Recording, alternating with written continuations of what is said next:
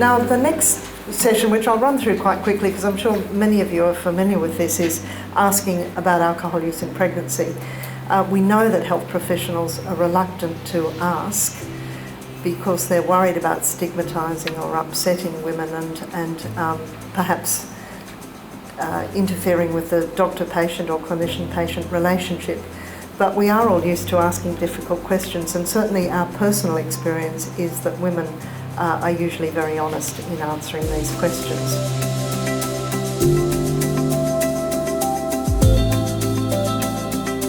The 2016 National Drug and Alcohol Survey suggests that 49% of women drank during their pregnancy before they were aware that they were pregnant. This is self-report from women. And 25% of women continued to drink after pregnancy awareness. So although many of these people drank infrequently and usually drank at low levels, 1 to 2 drinks, it was a substantial proportion who drank particularly before they were aware they were pregnant. And these are not disadvantaged women. These are older women, better educated women from a higher socioeconomic status. Now, I'm involved in 2 pregnancy cohorts at the moment. This first one in Victoria and a second one in New South Wales and Western Australia. And we have recruited in both of these cohorts over 1,500 women just presenting to regular antenatal clinics. These are not high-risk women. So in Victoria, 54% of women told us they drank during pregnancy. 27% said they drank during the first trimester only.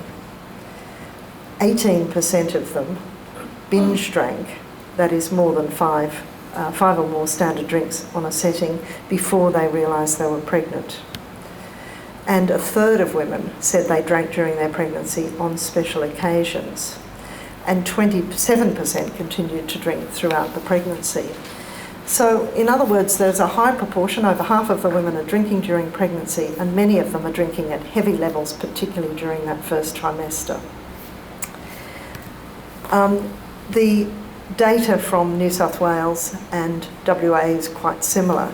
61% of women said that they drank between conception and awareness of their pregnancy. Binge and heavy drinking was most common. And in this cohort, about 20%, 18% continued to drink after pregnancy recognition. Again, high socioeconomic status was the strongest predictor of alcohol use.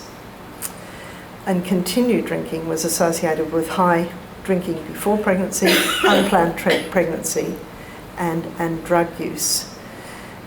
So we really have a problem in Australia in that women are drinking at high levels, often at binge levels, before they realise that they're pregnant.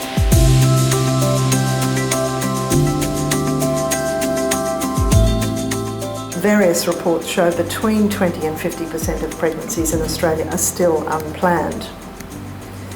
So we really have the perfect storm. We know that alcohol is readily available, it's cheap, and it's legal. We know that drinking in pregnancy is common. We know that unplanned pregnancy is common, and we know that alcohol is both teratogenic, it will disrupt the development of the embryo, and neurotoxic. It specifically damages the brain and nervous system. Now we know that from history and we know it from animal models. We can absolutely replicate the harms that we see in children with fetal alcohol spectrum disorder in the animal model, including the facial features and structural defects and the subsequent developmental problems. So we really want to get the message across that exposure at any time during pregnancy may cause harm, that no safe level has been established for alcohol use in pregnancy. It's not to say that one drink is likely to cause harms, but really I think as health professionals we've got to get this message across that no safe level has been established and no safe level ever will be established. We're not going to be doing randomised trials in women, giving them different doses and timing of alcohol.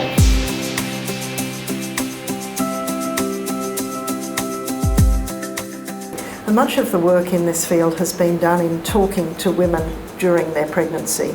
Those of us who are seeing children are really going to be talking to women about their past pregnancy or talking to their families. So it is important to get history, and so most commonly we're either getting a retrospective history from a biological mother, plus or minus a father, from a grandparent or family member who's looking after that child, from a foster or adoptive parent, or we're going to have to rely on medical and other records. It's very important then to be sensitive in asking these questions, and quite often we return to the question of alcohol exposure later, and sometimes it's not until you've been seeing a patient on several occasions that the woman will disclose, feel that they sufficiently trust you. It's important that we don't blame women. No woman drinks to harm their unborn child. And women drink either because they've got an alcohol dependency, maybe a genetic risk, or they're living in such disadvantage or have suffered historical trauma that they're using alcohol to mask that trauma. So it's really important that we understand why women drink and don't blame them. And we tend to try and talk as much as possible about prenatal alcohol exposure rather than alcohol use in pregnancy. It's also important that we're cognizant of the cultural issues, particularly in Aboriginal communities. So we need to take a standardised, systematic approach. We need to normalise the questions. And those of us who deal with women who are pregnant or mothers of young children ask about a whole range of factors in pregnancy: nutrition, exercise, other drugs, illnesses, and alcohol. So it's important to really embed this in the obstetric history.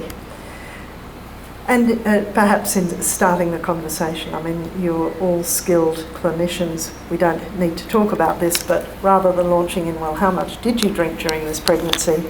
Was the pregnancy a planned pregnancy? Is this your first pregnancy? When did you realise you were pregnant? Did you use any medications? Were you prescribed any medications during the pregnancy? Did you use any drugs in the pregnancy? Did you smoke? Did you use alcohol? And how did you modify your behaviour during pregnancy? It is, however, important to try, if you can, and if you have the opportunity with a biological mother, to actually quantify alcohol exposure. And we recommend using the Audit C, which is a 3-question tool. It's a standardised question. It can provide detailed information and allow you to assess risk to the mother and by proxy to the unborn child.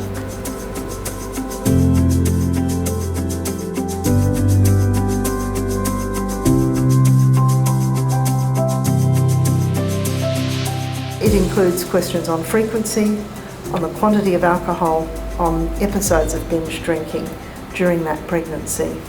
It relies on standard drinks, and many people don't understand what a standard drink is. In Australia, a standard drink is 10 grams of pure alcohol, and we have a chart available in the guide to enable you to convert what mother says she drinks or drank to a standard drink. So these are the 3 Audit C questions.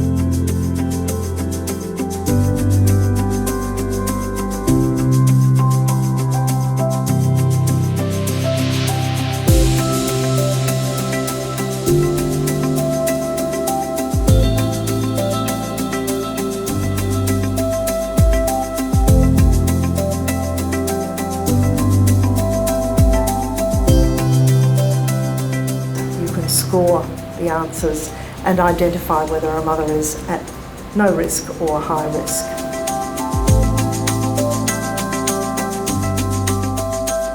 We also ask about other evidence of exposure to alcohol. So quite often you can't get that history direct from the mother. So it's important to know, and often this will come from a grandmother or a father.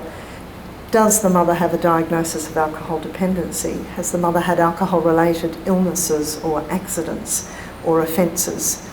And that can be helpful. Is there information available from child protection records? And we spend an awful lot of time in our clinic trying to chase verification of the exposure rather than just assume there was exposure. And of course one of the difficulties is that in the past there's been very poor documentation of alcohol use in pregnancy.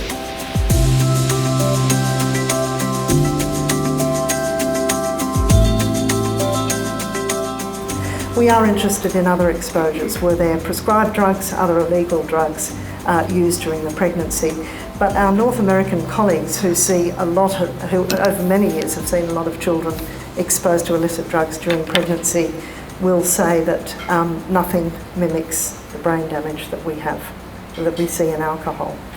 There is some new information coming up that cannabis use in pregnancy at high risk may result in neurodevelopmental problems. We're also interested in postnatal problems. As the child had meningitis, significant head injury, as was there significant early life trauma, anything that might contribute to their neurodevelopment. So in taking an alcoholic history, it's very difficult often to get accurate information.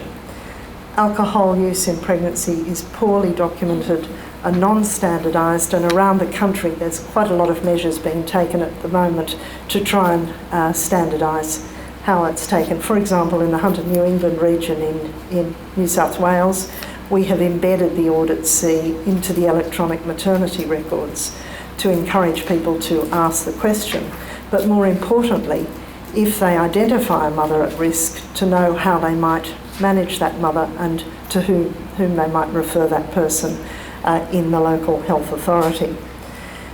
It's often hard to obtain birth records or records that are really of any value from child protection, for example.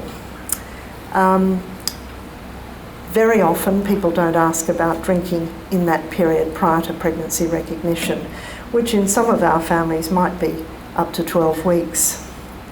Recall bias is always a problem when you're asking a woman what she drank back in a pregnancy, particularly if they have problems with alcohol misuse. However, there is some work suggesting that when those questions are asked immediately after a pregnancy and some years later, there's a high concordance.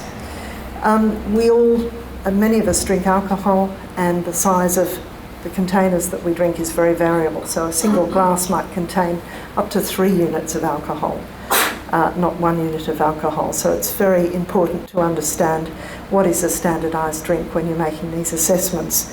And I think often we underestimate the amount that women are drinking. It is important to be aware that we don't want to stigmatise, shame or blame women. And particularly in Aboriginal communities, it's very important to be aware that women are often worried about the implications of disclosing that they drank during pregnancy, particularly with regard to child protection. So if you can't get the history from the birth mother, it's important to try and find out more. Birth records, child protection records, witness accounts, medical records. The other issue I think that we really need to make clear at the moment is that one of the reasons that we advise that there's no safe level is, one, we're never going to have the evidence in humans. Two, that in animal models, low levels of alcohol certainly cause subclinical effects. But the third issue is that if you and I drink a glass of wine, Sue, we might have quite different peak blood alcohol levels, and that is the alcohol level that's being transmitted to the fetus. That's because we're of different ages, we may have different liver function. There are about 400 genes involved in metabolising alcohol. We may have different genes. Our fetuses may have different genes which confer protection or increase risk. The dose, the timing and the frequency of the intake is important. The maternal factors, some of which I've just mentioned, and fetal factors are all important. And the bottom line is that we're unable to predict the risk in the individual pregnancy. And the most pragmatic approach is to suggest that if there's no alcohol, there will be no harm from alcohol.